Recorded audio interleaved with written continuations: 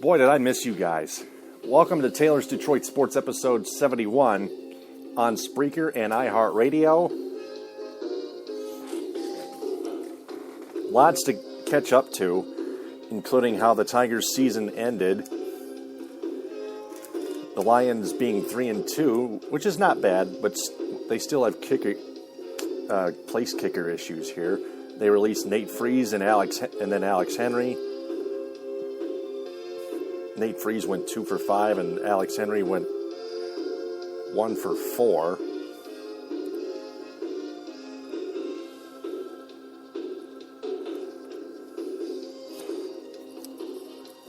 Going to catch up to some college football as well,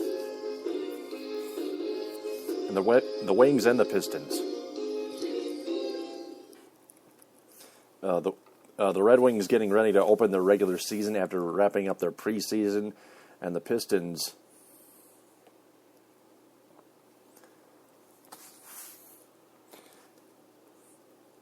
also preparing for their 2014 preseason under new head coach and new president of basketball operations Stan Van Gundy. Jeff Bauer is their new GM, as you may recall.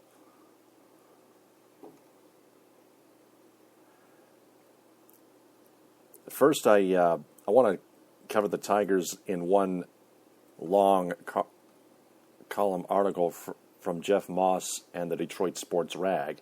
So let me get to that right now.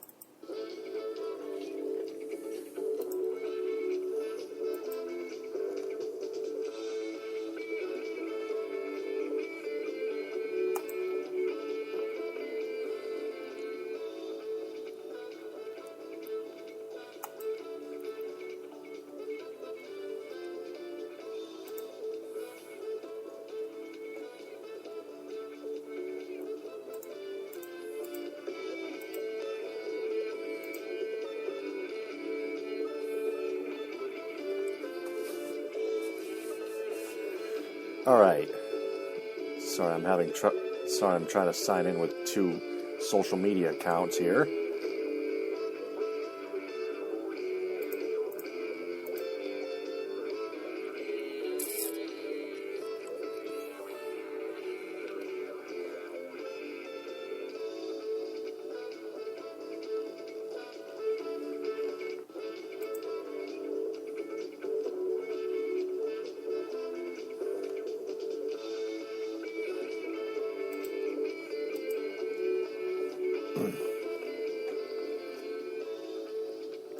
Jeff Moss writes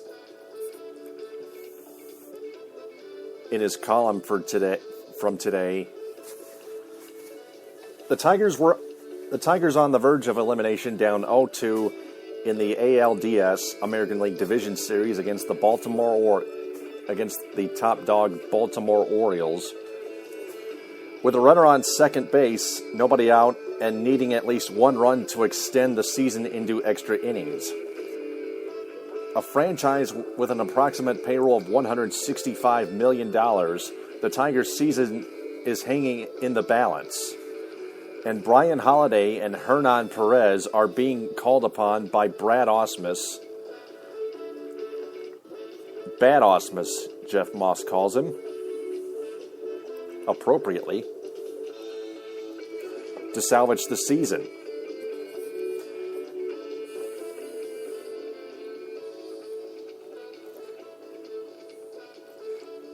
With lefty Orioles closer Zach Britton on the mound, the narrator explains to the audience that the Tigers' backup catcher had a .380 on-base plus slugging percentage versus Southpaws in 2014.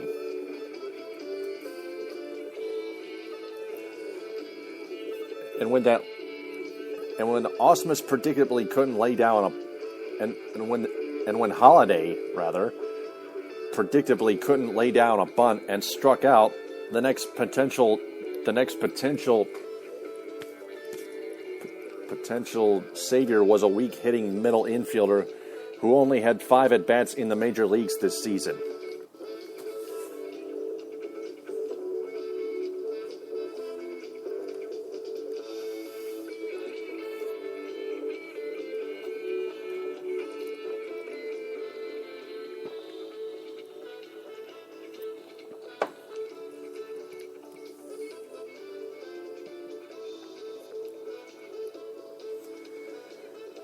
How do we get to this point? What could have transpired over the last 11 plus months since their last postseason debacle at Fenway Park that the Tigers' fate was being determined by Holiday and Perez? And there's the rub. All of this could have been avoided. There was no reason the 2014 season had to end like this. Almost all of the contributing factors to the Tigers' elimination yesterday were inflicted by either Dave Dombrowski or Brad Ausmus. It's why neither should have a job with the organization when this team heads into Lakeland in February.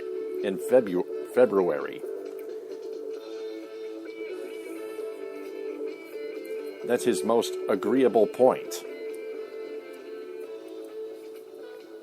How could a team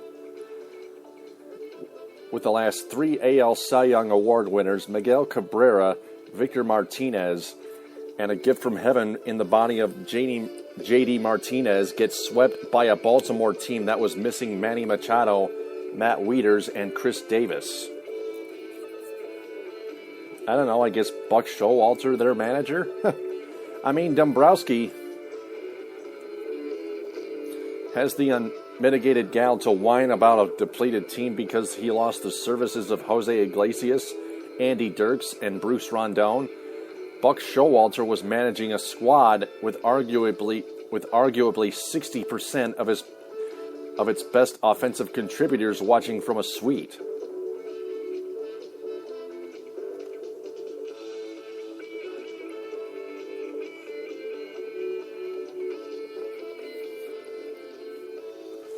But let me just point out that a team that just got swept by a debilitated Orioles squad, largely due to their anemic bullpen, the Tigers' anemic bullpen, and bench production probably could have used something in return for one of the top 15 starters in all of baseball.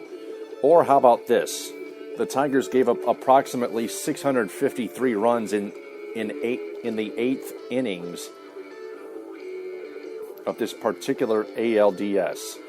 Can you imagine trading Fister and neither Ian Kroll nor Robbie Ray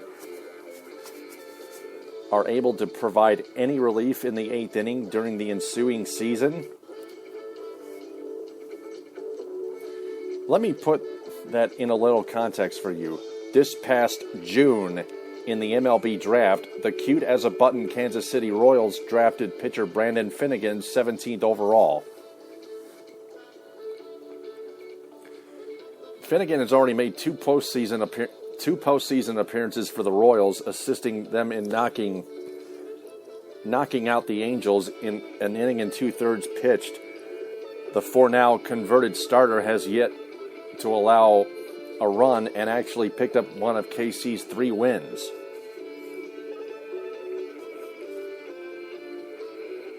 "184 days after the Tigers acquired Kroll and Ray, the Royals drafted a 21-year-old kid who is contributing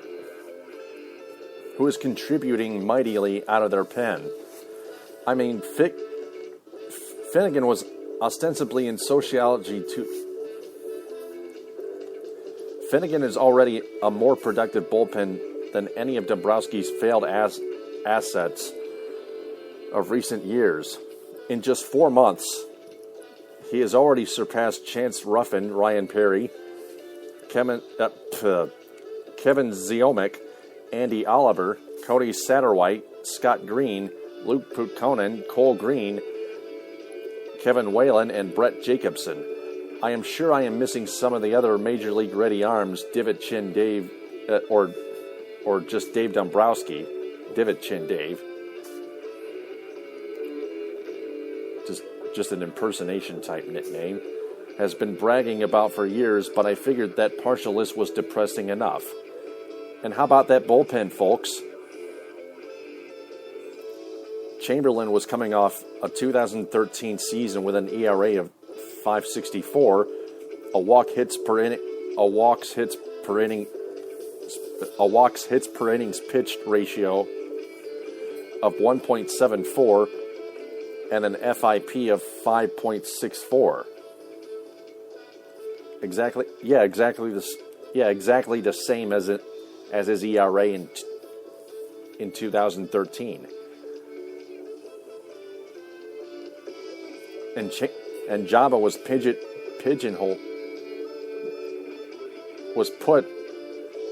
put into the 8th inning after a good first half of the season. It ended up being a total disaster post All-Star break when Ausmus failed to realize Chamberlain's first half was an anomaly.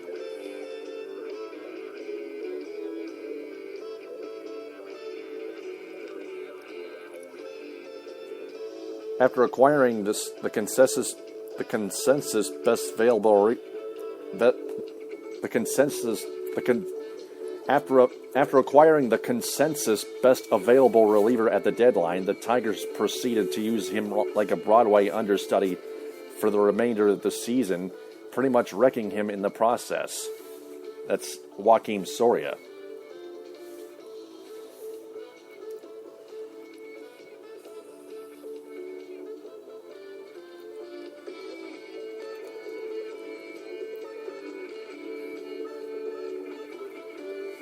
You will never be able to convince me that Ausmus didn't injure Soria in Toronto on August 9th. When after not even warming up Soria for days, the neophyte manager rushed him to get ready during another Joe Nathan meltdown. After bailing Nathan out of a jam in the 9th inning against the Blue Jays, Soria attempted to go back out for the 10th inning. He wouldn't be seen again for another month, but was lights out in September.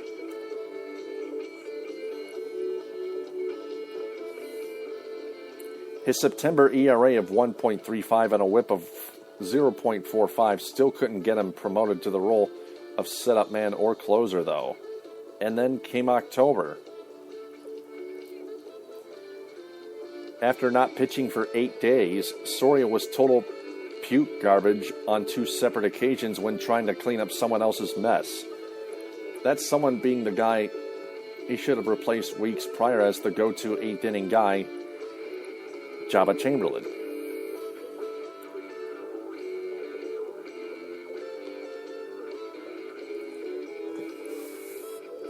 Would the reliever whom Dombrowski acquired in exchange for his 3rd and 5th best prospects in his organization been more effective if he had pitched in any of the 3 weekend games against the Twins during the final regular season series at Comerica Park? Would the games in Baltimore have ended differently if Soria had been allowed to start a clean inning instead of inheriting Jabba's crap sandwiches? I have no clue, but it sure would be nice to it sure would have been nice to find out. But the Joakim Soria debacle wasn't even the biggest bullpen travesty during the postseason. That would be the team's handling of Anibal Sanchez, which totally cost them Game 2 at Camden Yards. Between Nathan, Chamberlain, and Ausmus's abandonment of Al Albuquerque as a late inning option, it was abundantly clear to anyone watching this team recently that the Tigers weren't going anywhere in the playoffs without Sanchez playing a vital role as a reliever. Since Dombrowski refused to step in to ensure Sanchez was available for multiple inning appearances, what did Ausmus do? Even though there were multiple occasions to get the 2013 AL ERA champion some work, he pitched Sanchez once in the final week of the season. Once. Then Ausmus used Sanchez's lack of thrown pitches as an excuse as to why Sanchez couldn't have at least pitched the 8th inning on Friday afternoon after allowing 0 base runners in 2 innings of work while striking out a pair. In other words, Ausmus created the situation in which Anibal was only allowed to throw 30 pitches that day, and then used it as a crutch when it all predictably hit the fan. Oh, and this might be a good time to mention that limiting a starting pitcher to a pitch count of around 30 after missing 7 weeks is total baloney in the first place.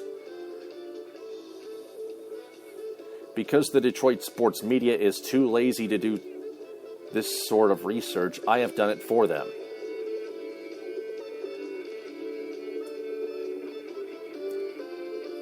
Take Masahiro Tanaka of the Yankees, for example.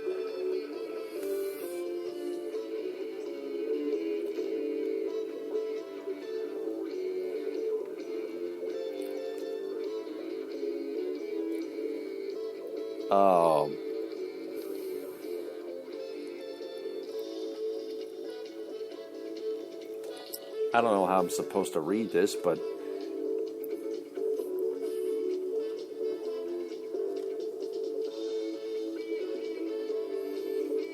just a few examples of game logs of starting pitchers who missed significant time and then returned sans rehab appearances.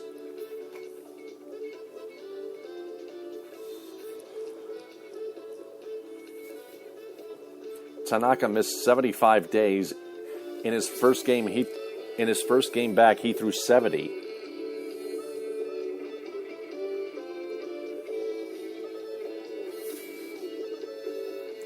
Sanchez missed only 49 days. For you sabermetric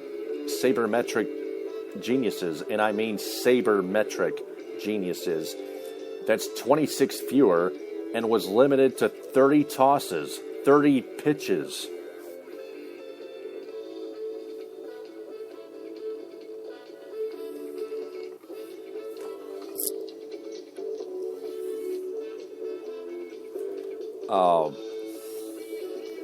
Did I mention that Sanchez only had a pectoral issue while the Yankees were afraid that Tanaka needed Tommy John surgery? Jared Weaver, for another example, missed 52 days, 3 more than Anibal, and without a rehab assignment, threw 86 pitches in his first start off the disabled list.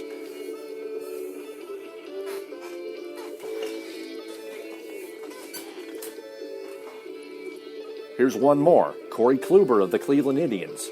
Jared Weaver plays for the Los Angeles Angels, by the way, in case for those that don't know.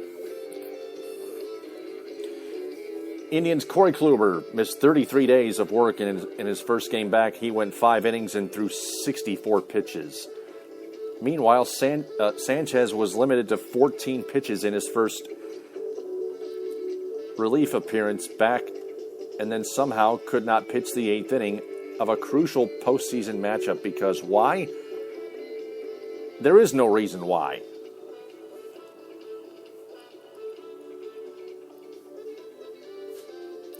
The Tigers' season pretty much ended because of that nonsensical decision not to use Anibal Sanchez that much.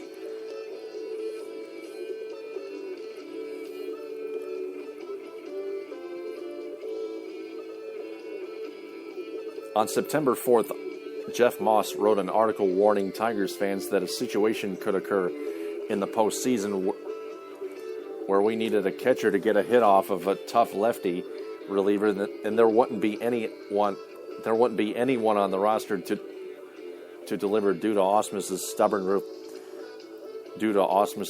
stubborn refusal to play James McCann, their listed number 3 catcher.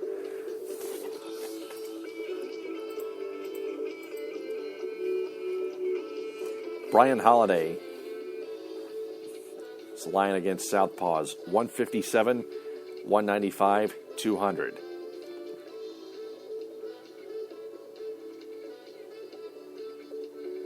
Those are Brian Holiday's batting averages against left-handed pitching this year.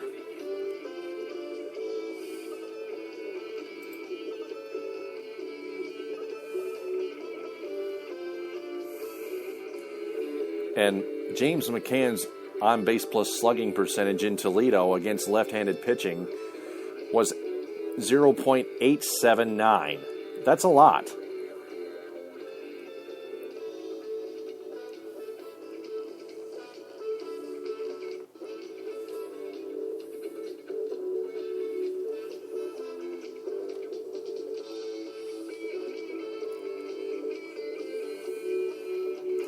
Another reason why Dombrowski and Ausmus should be shown the door and a new era should begin when comedian Arnie Lang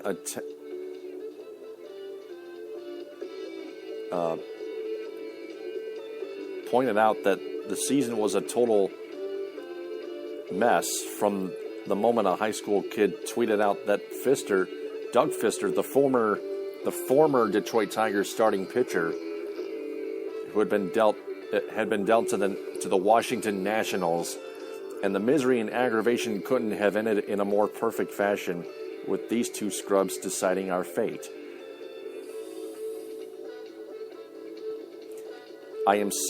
Jeff Moss and I are sick and tired of hearing about Dombrowski's supposed brilliance and how he won the trade deadline again.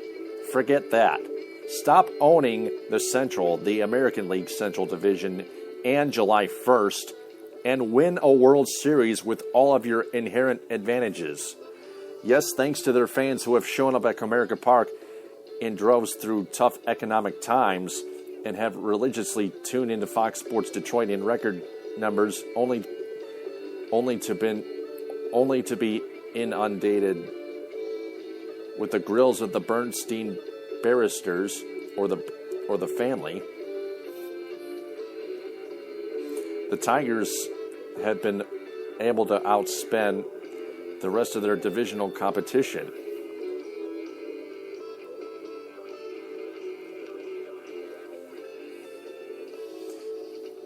In 2013, the Tigers had a $25 million payroll advantage over the next AL Central squad.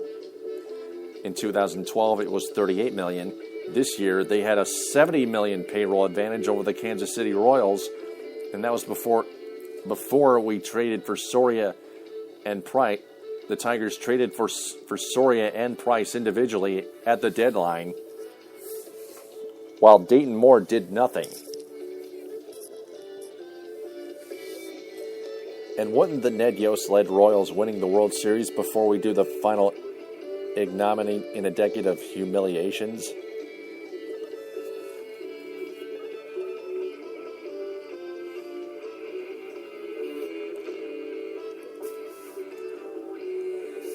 I want to win a World Series after 30 years of waiting. And if that means being terrible for a couple of years, so be it. I find nothing soothing about this decade-long VIP guy from our baseball team.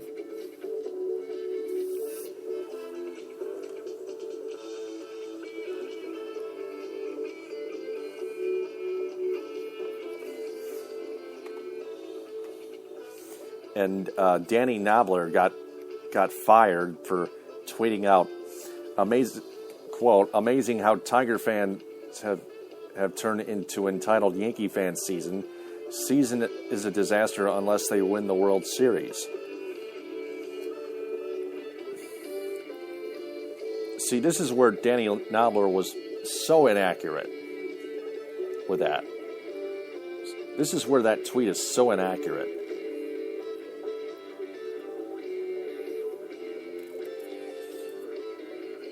Because, number one, we haven't won a World Series ring in 30 years. Going on 31 now. The Yankees have won. Number two, the Yankees have won 4 championships since Bill Clinton was elected president, the second time, and we are entitled. If you were born in 1980, you probably have zero recollection of the 84 World Series, and yet at 34 years old, you are entitled, according to this dipstick,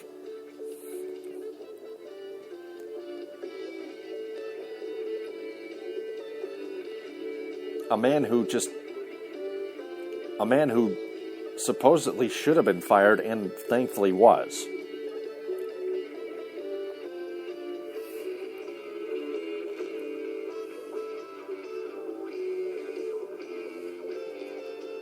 Dombrowski was brought here 12 years ago by Mike Ilitch to win a World Series, not to get embarrassed by a lesser Cardinals team in 2006, blow the division in 2009, get humiliated by the San Francisco Giants in 2012. The Cardinals are from St. Louis. Witness his bullpen cost the franchise in 2013, and then do nothing to fix that major issue again the next season, which is this year, 2014.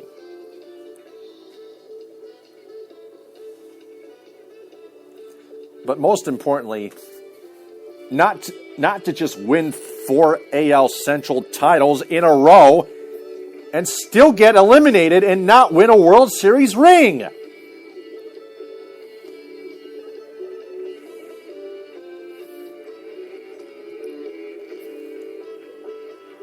It doesn't matter if you win the AL Central, especially if you win it way too late.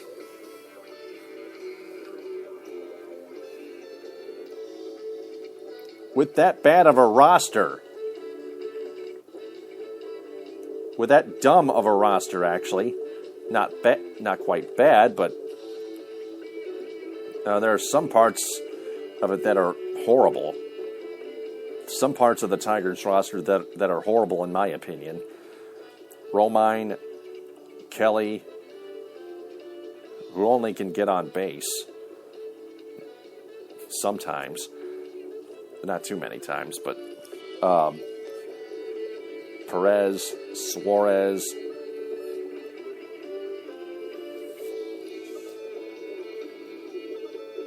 Avila. I think Avila's time is up. Forget his father, okay? That's one of the weakest excuses. That's one of the weakest excuses any Tigers fan can come up with. Don't even get me started.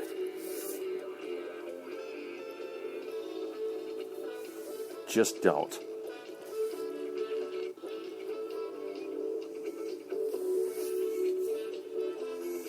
Let's see here.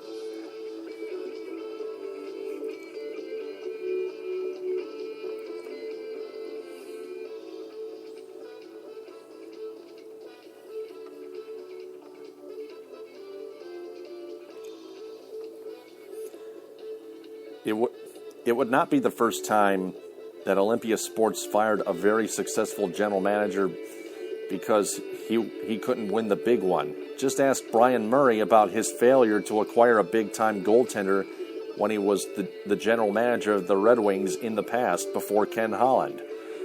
Go out and find a sabermetrically inclined nerd general manager in the mold of Andrew Friedman, John Daniels, or Theo Epstein, and then hire Manny Acta to manage this team because he knows tons of sabermetrics too, and give Pedro Martinez the pitching coach gig.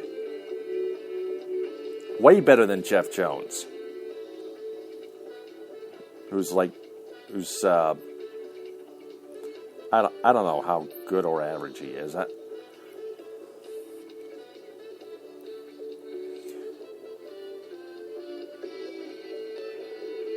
Or keep doing what you're doing, Illich family, because who wouldn't want to be the so-called spoiled with the label of being a modern-day version of the early 90s Buffalo Bills, the late 90s Cleveland Indians, and the current version of Mitt Romney? Enough is enough.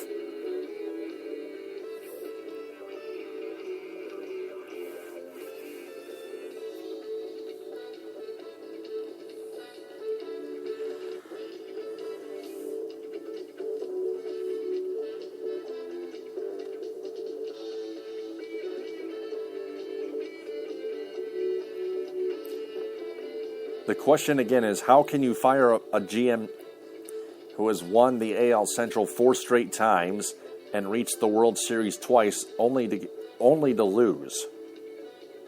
Ask yourself this: is there any way the Red Wings general manager could go 12 seasons without winning a cup and keep his gig? If you answer that question no, which is the correct answer, ask yourself why the man's baseball team should be any different.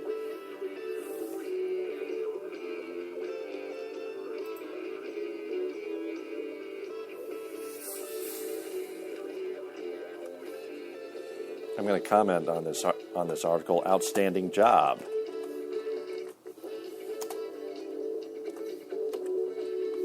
Very excellent points.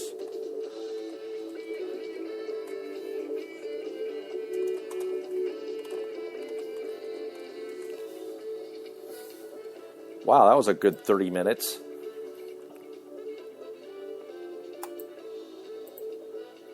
Did a lot of homework. Did a lot of homework there. Max Scherzer says he hopes to be back soon. David Price and Victor Martinez say they hope to be back. Torrey Hunter was thinking a lot about retirement.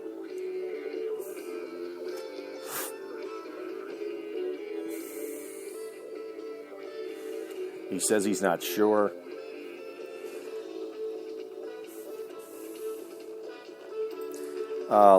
Also, the Lions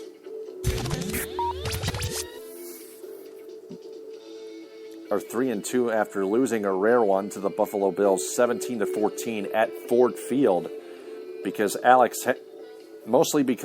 Henry went 0 for 3 in field goal attempts. Plus, the Lions lost Reggie Bush, Calvin Johnson, and James Ahedebo to injuries. Calvin Johnson's was by far a bigger one. Reggie Bush is listed day to day. Calvin Johnson was Lions head coach Jim Caldwell was strongly considering sitting Calvin Johnson for a few weeks just to make sure Calvin Johnson is 100%. And James Ahedebo, I haven't got any word from him. The Lions play the Vikings in Minnesota next Sunday at 1 on Fox. I'm pretty sure the Lions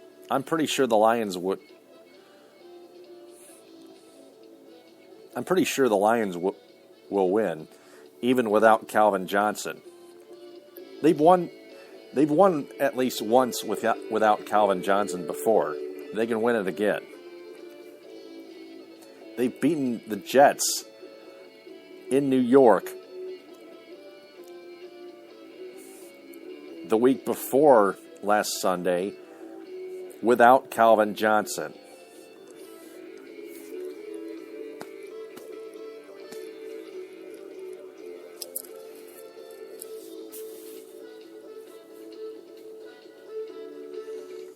And for those of you that keep bashing Jim Schwartz, I don't even care. Just go ahead. But you have to admit that Schwartz, as defensive coordinator of the Buffalo Bills, has done a heck of a job. I tip my cap to him. I used to like him from the very beginning, and especially when he led the Lions to the playoffs in 2011.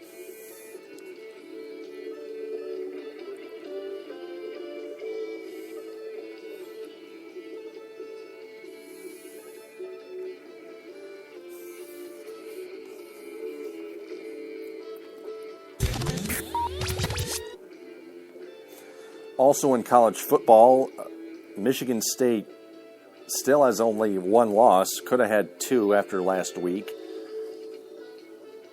Last Saturday when they almost blew a 27-3 lead in the fourth quarter against the Nebraska Cornhuskers, but still won 27-22. My Central Michigan Chippewas beat the Ohio Bobcats 28-10 at Kelly Short Stadium. They're having an okay year.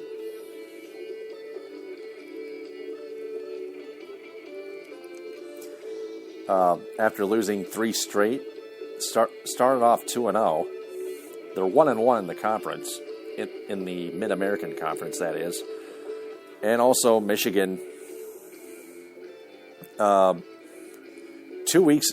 Let me start off. 2 weeks ago, Brady Hoke mismanaged Shane Morris when Morris got injured, and with a concussion, which nobody at the University of Michigan except their fans knew about, and the athletic director Dave Brandon called it a mild concussion. There's no such thing as a mild concussion there, Dave. Dave Brandon, you retard. You and Brady Hoke should be fired. Not at the end of the season, like right now. Your team is 2-4 after losing to Rutgers 27-24.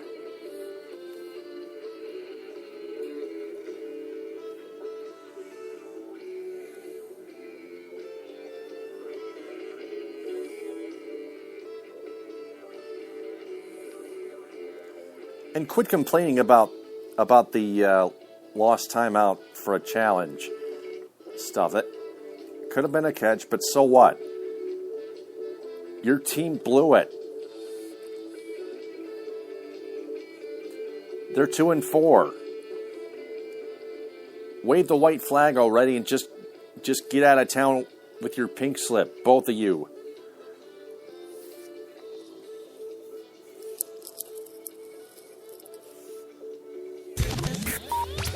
Moving on to the Red Wings.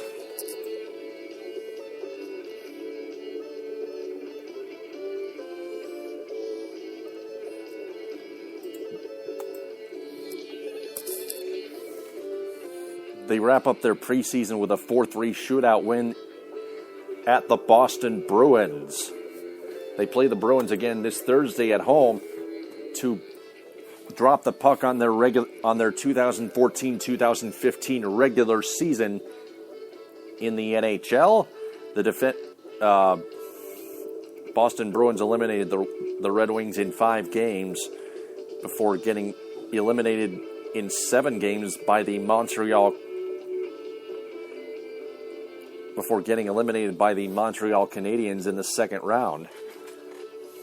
I think it's 7 games.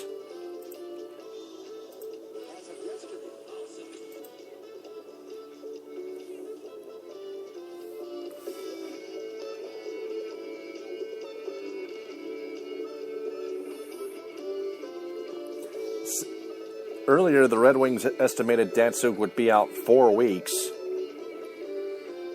before the grade 2 separation on September 22nd. And Datsuk said after 2 weeks, he feels good, hopefully on his schedule. Hopefully he's on his schedule and he'll just be ready to go early.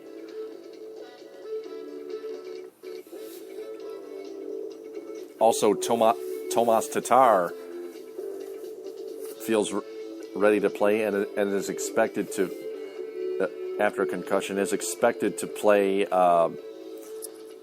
in the season opener at Joe Louis Arena. The Red Wings already launched their new arena about a week ago. Their new arena, the construction of their new arena about a week ago in downtown Detroit. I can't wait for them to start playing in their new arena.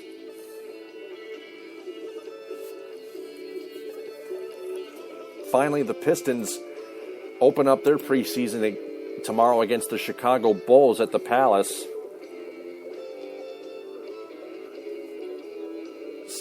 Their only draft pick, Spencer Dinwiddie, is injured.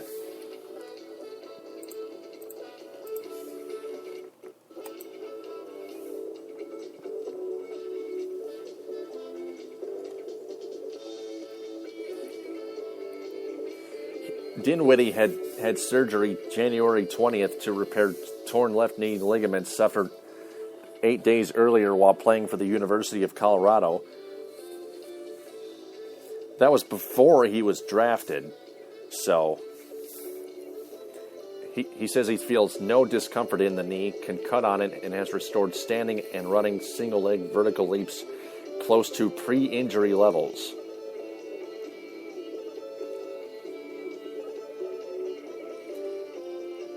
He says he really doesn't have a say. If it was his choice, he'd be starting against the Bulls tomorrow night, but it's not his call.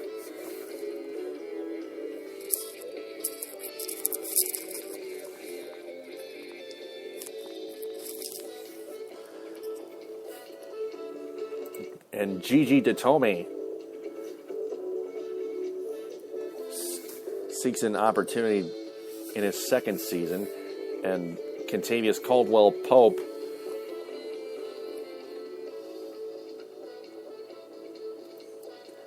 is looking for a breakout, reportedly is looking for a breakout season. We'll see how that goes.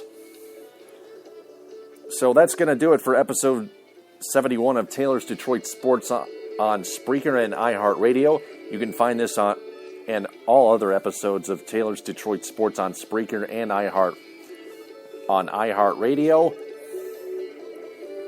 You can add me on Facebook as Taylor Phillips. Hopefully the Tigers would make good off-season changes and to make a better and more potential World Series roster. Hopefully the Lions get healthier before they travel to the Twin Cities.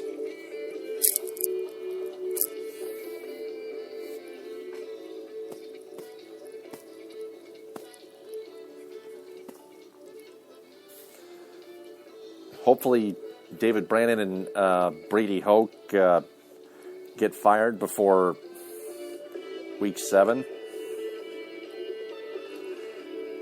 Hopefully Michigan State and Central Michigan keep up their winning ways, and hopefully the Red Wings drop the puck to a fresh start, and the Pistons. Well, it's preseason, but I'm going to keep an eye on them too. So I'll probably be back for episode 72, just whenever I'm not busy.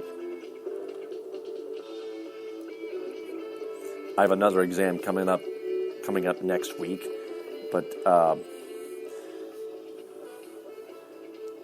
I'll see if I can fit in at least another episode or two. So I'm out of here. TTFN, ta-ta for now.